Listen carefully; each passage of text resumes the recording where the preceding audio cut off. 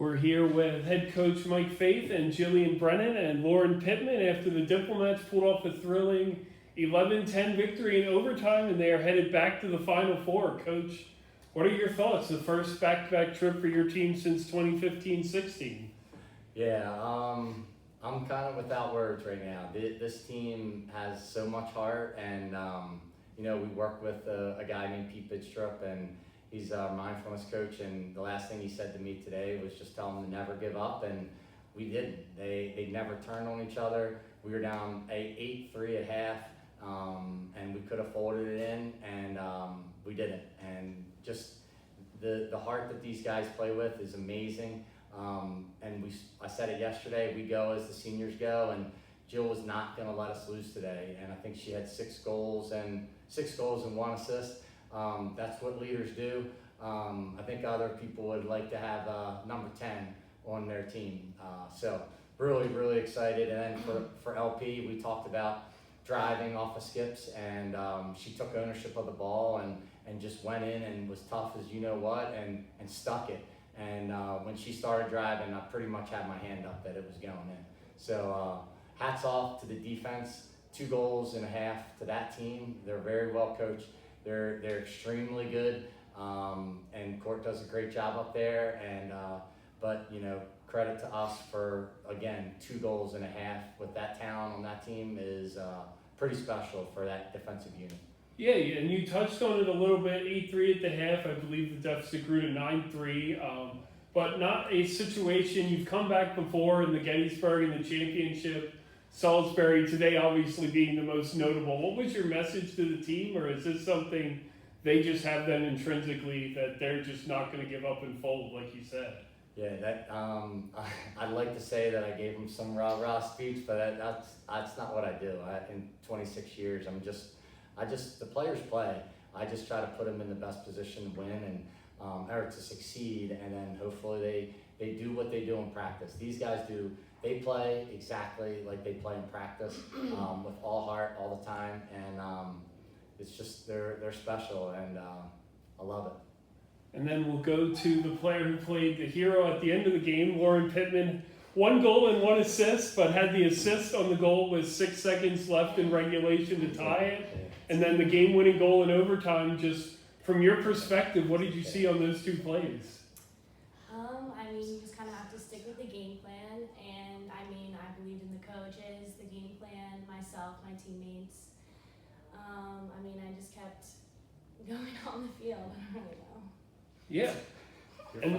And then you're only a sophomore, so your first 2 years at F&M, back-to-back Final Four appearances. What's that been like for you? I feel like if any team could go back-to-back, it would be us. So, I'm just happy to be here again. Yeah, and then Gillian, second straight day you're in the press conference leading the team in goals. What was really clicking for you once again today? You really kind of carried the attack early, and then some people joined you late to tie it up. I really did not want to go home. I love this team, and I think reality set in before the game. I was definitely pretty emotional, and I was like, this could really realistically be my last time playing lacrosse, and being in the locker room with my best friends and honestly my family, and that is really what motivated me to stay. I just did not want to go home. Every time I went to goal, I was just I'm playing for that one more practice, or just honestly just one more hangout, one more just being with my teammates. That's really what carried me through today. I just dug deep, and I just did not want to go home. Yeah, that makes sense. And then obviously this avenges an Elite 8 loss in 2022. Did that play into the team's mindset at all? Not at all. Or was this a new season, new year? Not at all. We didn't think about that. We learned from that game. Were they motivated? Yeah, but not by that game. So these guys were the juniors and seniors, were freshmen and sophomores. So they knew that feeling. They didn't want that feeling. So it was nice for them to avenge that. That 22 class was special, just like every class. And we said it in the locker room. It was for that class. Yeah, and then one final question. Numerous Elite 8s, numerous Final Fours in program history.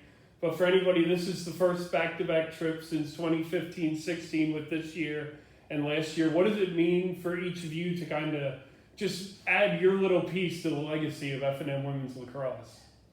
I think like for me, I definitely want to be proud of the jersey I leave behind and give the person who wears it next big shoes to fill, but shoes that are definitely able to be filled.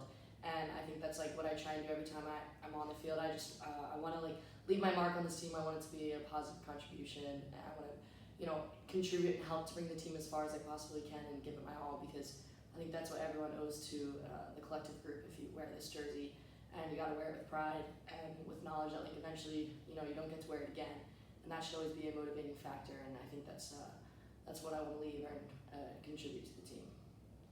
I mean, same as Jill. I wear the number 24, so I always want to hold the legacy true to its name. So I just try to play like that every single day that I wear the jersey. Yeah, and for me, this is Final Four, number 4, and it's just it's one of the best victories I've ever been a part of. Something that I'll never ever forget because of the situation. Down 6 to an extremely good team, but we're pretty good too, and really happy. I'm so excited for the players and the alums. There were a bunch of alums in the stands. And they have a lot of pride still, and that's what we're all about. All right. Well, thank you. Congratulations. We will see you in Salem against Middlebury on Friday. All right. Thank you. Sounds good.